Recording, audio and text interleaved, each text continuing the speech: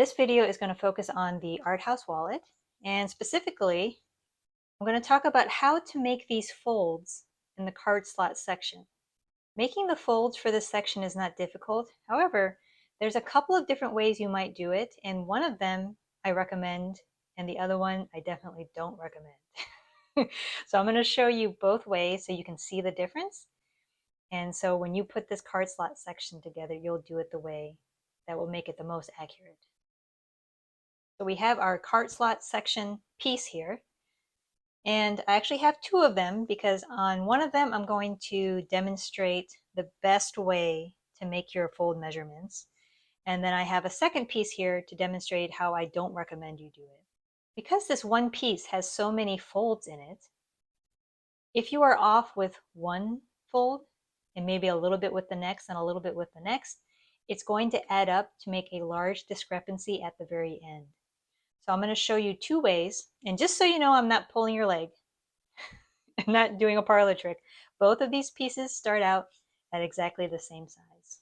So let's start with the way that I recommend you do this. So in the pattern, it tells you how to mark your folds. It tells you the measurements. And so this is how I'm going to do it. I'm going to take my ruler. I'm going to make marks on each edge, each long edge, and then I'm going to draw the lines in between.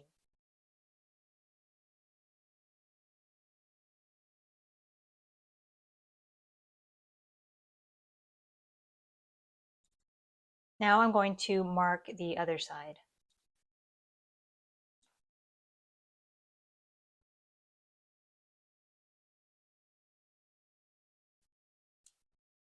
Now I have my marks on both opposite edges, and I'm going to draw a line in between those marks.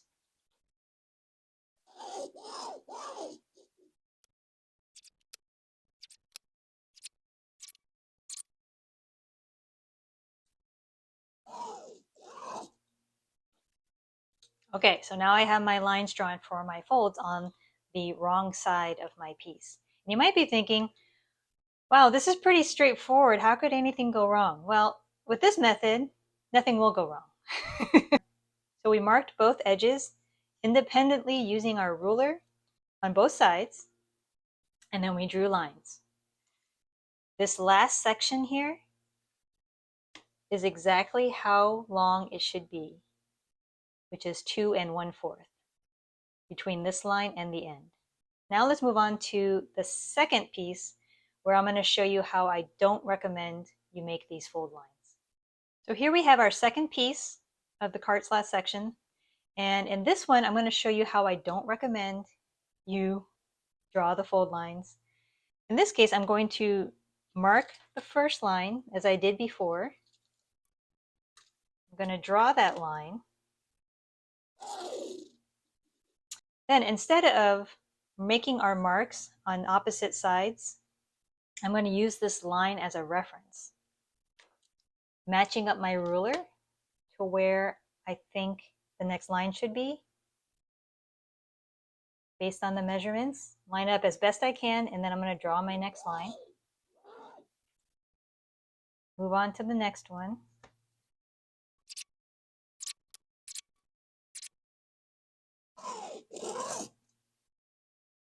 Okay, so we have all of our lines drawn.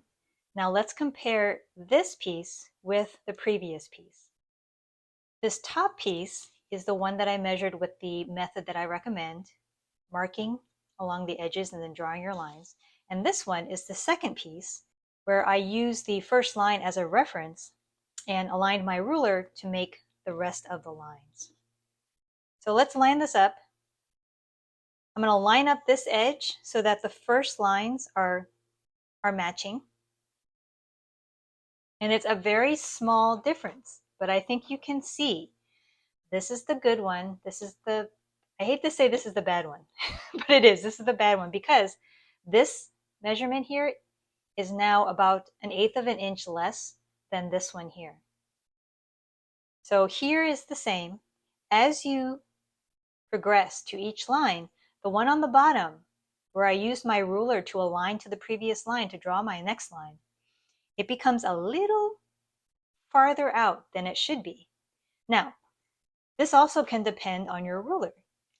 So this Omni Grip ruler that I used has a thin line so that I could really match up my line right exactly where the measurement should be. If you have a ruler that has a line that's a little thicker, that variation, trying to figure out exactly where to put your ruler, could add up as you progress through the marked lines. And also, I mean, we're human beings, right? So each time we make a measurement, we could be aligning it just a little bit off. And because, like I said, this one piece has many folds in it and many lines that you need to measure very precisely, it can add up, causing a discrepancy at the end.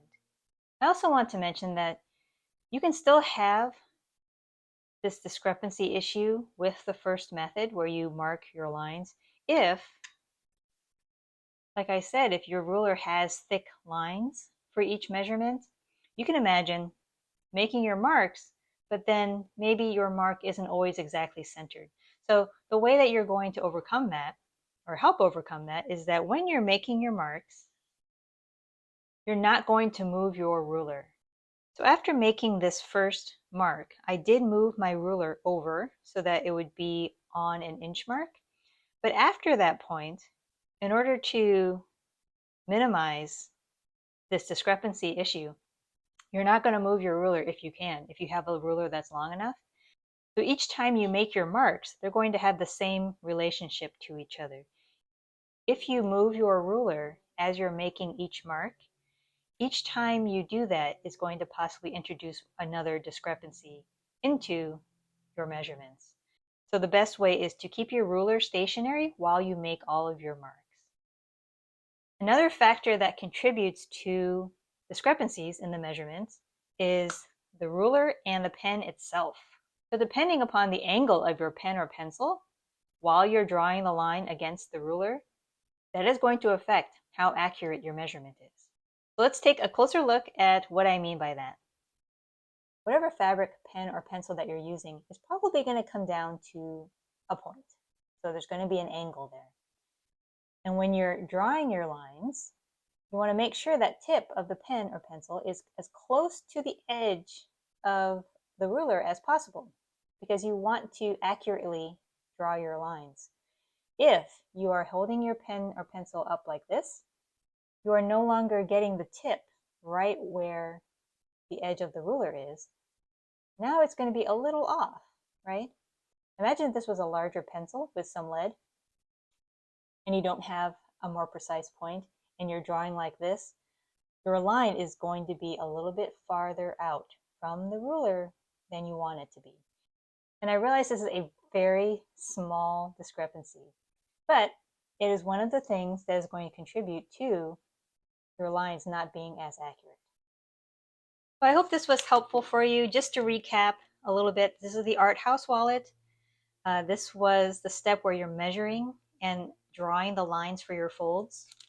How you want to do it is to mark the measurements on each opposite edge, long edge, and then draw lines in between them. That is going to give you the most accurate folds.